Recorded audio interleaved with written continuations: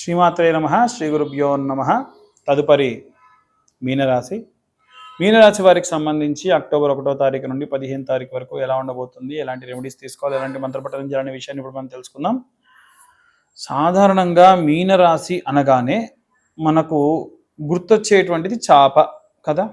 అయితే ఈ చేపను చూస్తే మనకు బాగా చూసినటువంటి వాళ్ళకు ఒకటి గుర్తొస్తుంది.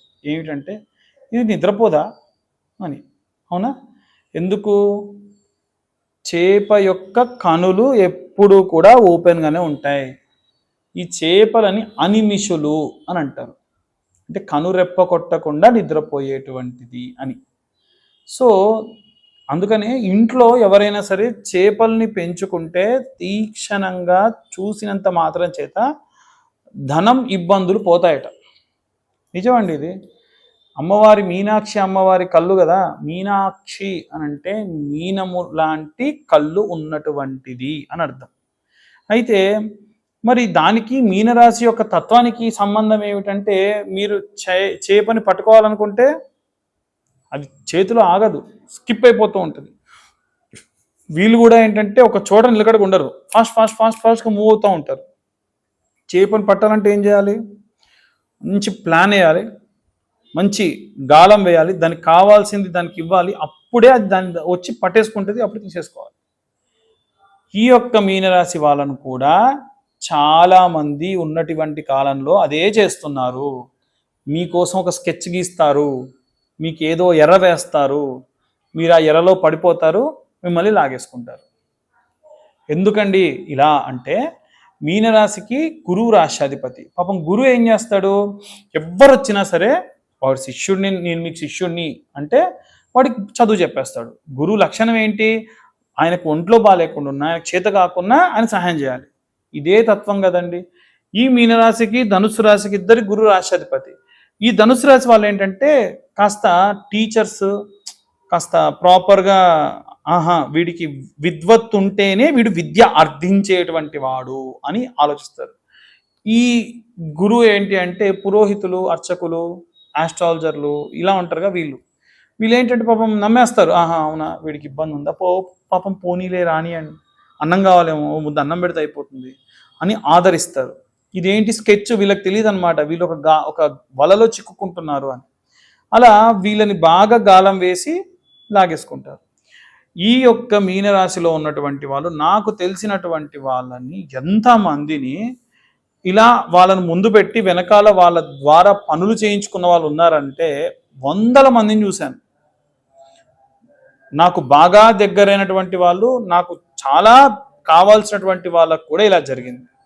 దీనికి కారణం ఏంటి అంటే వీరి యొక్క మంచితనం. అతి మంచితనం పనికిరాదండి. అతిగా నమ్మి మోసపోయిన వాళ్ళు ఎంతోమంది ఉంటారు. ఈ 12 రాసుల్లో మీనరాశి వాళ్ళు ఎక్కువగా ఉంటారు. వాళ్ళ చిన్నతనం నుంచి ఒకసారి మీరు ఆలోచించండి. బాగా వృద్ధాప్యంలో ఉన్న వాళ్ళు ఎవరైనా ఉంటే ఆ స్టేజ్లో వాడిని నమ్మకుంటే నేను బాగా ధనవంతుని అయ్యేవాడిని, ఆ స్టేజ్ తర్వాతకి ఇంకొక స్టేజ్లో నమ్మకుండా ఉంటే ఇంకొక స్టేజ్కి వెళ్ళేవాడిని.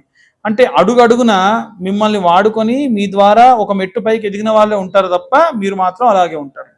వీళ్ళు సివిల్ ఇంజనీర్స్ ఎక్కువ ఉంటారండి. వీళ్ళు మంచి ప్లాన్లు గీసిస్తారు, వీళ్ళ ఇంటికి ప్లాన్ గీసుకోవాలంటే మాత్రం కుదరదు. అలాంటి పరిస్థితి. అలాంటి వాళ్ళకి శని లగ్నంలో ఉన్నాడు. ఎప్పుడు శని లగ్నంలో ఉన్నా శరీర నొప్పులు, బాధలు, ఆ నొప్పులతోనే ప్రయాణాలు, భుజాల నొప్పులు, వాటితో ప్రయాణాలు, ఆకలి వేయడం, సరైనటువంటి భోజనం చేయకపోవడం. అసలు నేను ఎవరన్నా ఇప్పుడు ఉన్నటువంటి మీనరాశిలో ఉన్న వారికి ఏలినాటి శని నడుస్తుందిగా, వాళ్ళని అడగండి 3 రోజుల నుంచి నువ్వు ఏమేమి తిన్నావో చెప్పు అని అడగండి. నిన్న రాత్రి ఏం తిన్నారో గుర్తుండదు. మైండ్లో ఏదో ఆలోచన, ఏదో దడ, ఏదో భయం, అలా ముందుకెళ్తూ ఉంటారు. కారణం ఏంటి? ఏలినాటి శని. ఇక్కడ నుండి 4వ స్థానంలో గురువు. ఈ గురువు బాగాలేకపోతే ఏమవుతుందంటే ఇంట్లో కుటుంబ సభ్యులకి ఎవరో ఒకరికి ఒంట్లో బాగుండదు, అదొక బాధ. లోపల బయటికి ధైర్యంగా ఉంటారు, లోపల మాత్రం నాకే ఎందుకు ఇలా దెబ్బ మీద దెబ్బ జరుగుతుంది అని. అది ఒక చిన్న స్థాయి ఉద్యోగి దగ్గర నుండి బాగా ముసలి వాళ్ళు అయిపోయిన వాళ్ళ వరకు అందరికీ ఇదే బాధ, ఏ సందేహం లేదు. మంచిగా ప్రాపర్గా అన్ని నీట్గా టైం టు టైం మెయింటైన్ చేస్తూ ఉద్యోగం చేస్తూ మంచి భార్య పిల్లలు ఉన్న ఇంట్లో ఉన్న చిన్న కుటుంబీకుడు పిల్లవాడికి చాలా పెద్ద వ్యాధి వచ్చింది అని చెప్పారు మొన్న. అలా ఆడిపోయాడు. ఎందుకు అలా అంటే పరిస్థితి అలాంటిది. కాబట్టి 6వ స్థానంలో ఈ యొక్క శుక్రుడు కేతువు. ఇక్కడ కూడా మీకు కేతువు లోన్స్ పరంగా ఫినాన్షియల్ పరంగా బాగా హెల్ప్ చేస్తాడు.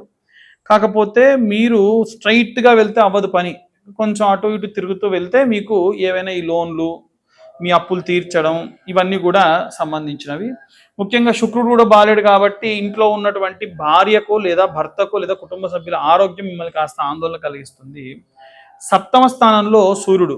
శనికి బద్ధ శత్రువు ఎవరంటే తండ్రి కొడుకులకు అస్సలు పడదు. అలాంటి సూర్యుడు ఎంత అద్భుతమైన ప్లేస్ ఉన్నా శనికి 7వ స్థానంలో ఉంటే హెల్ప్ చేయడు.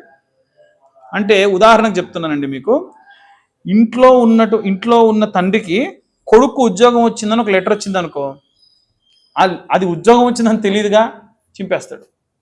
నాన్న పొద్దున ఏదో లెటర్ వచ్చిందంటే అవునా నాకు తెలియదు అని అంటాడు. ఎందుకు చింపేశా అని చెప్తే వాడితో గొడవ, ఏదో కోపంలో చింపేశాడు. అరే వీడికి ఉద్యోగం వచ్చిందా. సో ఇలాంటి పరిస్థితులు ఎంత వందల మంది ఎదుర్కొన్నారో నాకు తెలుసు, నేను చూసున్నా. అండ్ 8th హౌస్లో బుధుడు కుజుడు. ఈ బుధుడు కుజుడు ఇద్దరు కూడా సంచారం 8th హౌస్లో మీ పరివర్తనకి, అంటే ఏదైనా తినాలి అని ఆశ ఉన్నా తినలేరు. ఇంట్లో ఉన్న పరిస్థితులు గుర్తొచ్చి ఇంట్లో ఉన్న వాళ్ళకి ఏదైనా తీసుకెళ్దాం, ఎందుకు అనవసరంగా ఖర్చు, బాగా ఇబ్బందిగా ఉంది, వర్షం పడుతుంది, ఆటో బుక్ చేసుకుని వెళ్దాం అనుకున్న వ్యక్తులు కూడా ఇలా ఉన్న కారణం చేత ఇంట్లో పిల్లవాడికి ఏదన్నా ఒక మెడిసిన్కో ఒక తినే పదార్థము ఏ పుస్తకాలు కావాలంటాడు. ఇప్పుడు ఈ డబ్బులు ఖర్చు పెట్టడం అవసరమా అని చెప్పి పబ్లిక్ ట్రాన్స్పోర్ట్లో వచ్చిన వాళ్ళు ఎందరు ఉన్నారు. కాబట్టి నాన్న, ఎవరైతే కొంచెం ఎంగేజ్లో ఉన్న, కాస్త మిడిల్ వయసులో ఉన్న మీ అమ్మా నాన్నకి ఎవరికైనా సరే మీనరాశిగా ఉన్నటువంటి వాళ్ళు ఎవరన్నా ఉన్నారు అంటే వాళ్ళ జాతకం చూయించుకోండి. దయచేసి వాళ్ళను లేనిపోని మాటలు అనకండి, విసికించకండి. ఇన్ కేస్ ఎంగేజ్లో ఉన్న వాళ్ళు ఎవరన్నా ఉంటే మీరు ఇమీడియట్గా ఈ యొక్క శని సంబంధితమైనటువంటి జపాలు, మంత్రాలు, హోమాలు చేయించుకోండి. ఖచ్చితంగా మీకు సామూహికంగా జరిగేవి చాలా ఉంటాయి. ఏ సంకటహర చవితికో ఎక్కడో చోట జరుగుతూ ఉంటాయి, ఆ పరంగా చేయించుకోండి. ఇవన్నీ కూడా చెప్పేది ఎందుకు అంటే ఆపదలో ఉన్నప్పుడు మిమ్మల్ని కాపాడడానికే కదా. కాబట్టి 12వ ఇంట రాహువు విపరీతమైనటువంటి చపరచిత్తమైనటువంటి మెంటాలిటీతో ఉన్నటువంటి వాడు రాహు 12వ ఇంట. అది కూడా మంచిది కాదు. ముఖ్యంగా ఈ యొక్క మీనరాశి వారికి ఈ యొక్క గ్రహస్థితులు నిజంగా చెప్పాలంటే చాలా దుర్భరమైనటువంటి గ్రహస్థితులు. వీలైనంత వరకు కూడా జాగ్రత్తగా ఉండండి.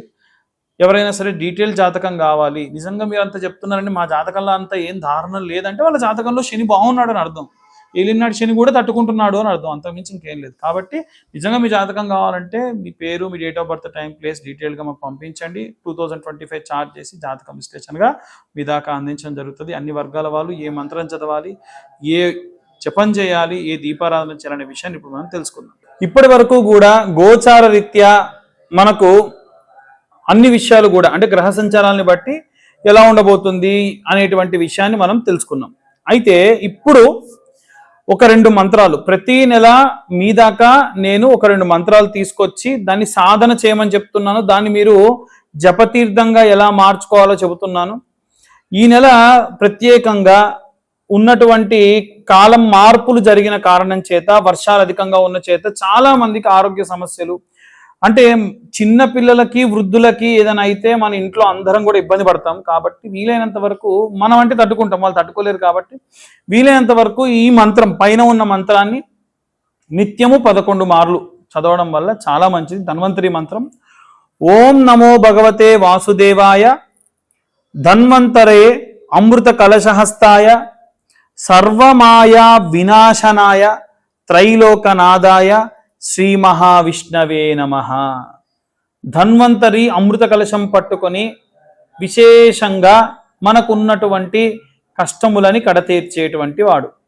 నిత్యము కూడా ఈ యొక్క మంత్రం మీకు కింద డిస్క్రిప్షన్లో ఇవ్వడం కానీ డిస్ప్లే చేయడం కానీ ఛానల్ వాళ్ళు చేస్తారు. మరొకసారి చూడండి. ఓం నమో భగవతే వాసుదేవాయ ధన్వంతరయే అమృత కలశహస్తాయ సర్వమాయా వినాశనాయ త్రైలోకనాదాయ శ్రీ మహావిష్ణవే నమః. ఈ మంత్రాన్ని నిత్యం 11 మార్లు చదివితే ఆరోగ్య సమస్యలు ఎవరికి ఉన్నా తీరుతాయి. ఇవి కాకుండా ఇంకేమిటండి ప్రాబ్లమ్స్ ఉన్నవి మనకు? ఏమిటంటే ధనం, సంపద పెరగట్లేదు, ఖర్చులు పెరుగుతున్నాయి, వేరే వాళ్ళ చేతికి వెళ్ళిన డబ్బులు రావట్లేదు. గతంలో మనము కుబేర మంత్రం గురించి చెప్పాము. ఆ మంత్రానికి నియమం ఉంటుంది, ఉత్తరం వైపు తిరిగి కనురెప్పం కొట్టకుండా 3 సార్లు చదవాలని. ఈ మంత్రానికి అదేం లేదు. ఇంకొక మంత్రం ఉంది, విశేషంగా రుణ బాధలు పోయి సంపద పెరుగుతుంది. ఆ మంత్రం ఏమిటంటే ఓం శ్రీం గం రుణహర్తయే గం శ్రీ ఓం గణపతయే నమః. మరొకసారి మీ అందరి కోసం, ఓం శ్రీం గం రుణహస్తయే గం శ్రీం ఓం గణపతయే నమః అన్న మంత్రాన్ని నిత్యము కూడా 108 సార్లు చదవండి. అంటే డబ్బులు కావాలి కాబట్టి శ్రద్ధగా 108 సార్లు చదవండి. ఖచ్చితంగా మీకు ధనం చేకూరుతుంది. ఇంకా చాలామంది కొన్ని సమస్యలకు జాతకం మొత్తానికి డబ్బులు కట్టించాలా మేము అని అడుగుతున్నారు. కొన్ని సమస్యలు ఎలా ఉన్నాయంటే, భర్త వేరే ఎవరి మాయలోనో పడి ఇబ్బంది పడుతున్నాడండి, లేదు భర్త ఇంట్లో ఉన్నటువంటి వాళ్ళ ఇంటి వాళ్ళు ఎవరో అతనికి ఏదో మాయ చేశారు, ఇబ్బంది పెడుతున్నారు, అన్ని వాళ్ళ మాటలు విని మిమ్మల్ని నెగ్లెక్ట్ చేస్తున్నాడు, మేము చాలా హ్యాపీగా ఉండేవాళ్ళము, లేదు తన భార్య తన తల్లిదండ్రుల మాట విని ఇంట్లో నుంచి వెళ్ళిపోయిందన్న వాళ్ళు కొంతమంది. వీళ్ళందరి కోసం ప్రత్యేకంగా ఒక మంత్రం ఉంటుంది. ఆ మంత్రము ఏమిటి అనేది కింద ఉన్న నెంబర్కు కాల్ చేయండి. ఒక రకంగా వాళ్ళు మీకు మంచి పద్ధతిలో వశమయ్యేటువంటి మంత్రం, వశీకరణ మంత్రం. ఆ మంత్రానికి కాను ఇంత 2025 రూపాయలు ఛార్జ్ చేయడం ఉండదు, సాధారణమైనటువంటి ఛార్జ్ చేసుకుంటాను. అవి తీసుకొని మీకు ఆ మంత్రాన్ని ఇవ్వడం జరుగుతుంది. ఆ మంత్రం నిత్యము కూడా ఎవరి గురించి అయితే మీరు తపిస్తూ ఉన్నారో, ఎవరి గురించి అయితే మనస్ఫూర్తిగా కోరుకుంటూ ఉన్నారో వాళ్ళ కోసం మీరు ఆ మంత్రాన్ని పఠనం చేయండి, ఖచ్చితంగా శుభం కలుగుతుంది. ఇక అన్ని వర్గాల వాళ్ళ గురించి ఇప్పటివరకు మనం చెప్పాం. దయచేసి అందరూ ఈ వీడియోస్ చూస్తున్నారు కానీ సబ్స్క్రైబ్ చేసుకోవట్లేదు. మీరు సబ్స్క్రైబ్ చేసుకుంటే మాకు కాస్త మీరు ఎంకరేజ్ చేసినట్టుగా ఉంటుంది.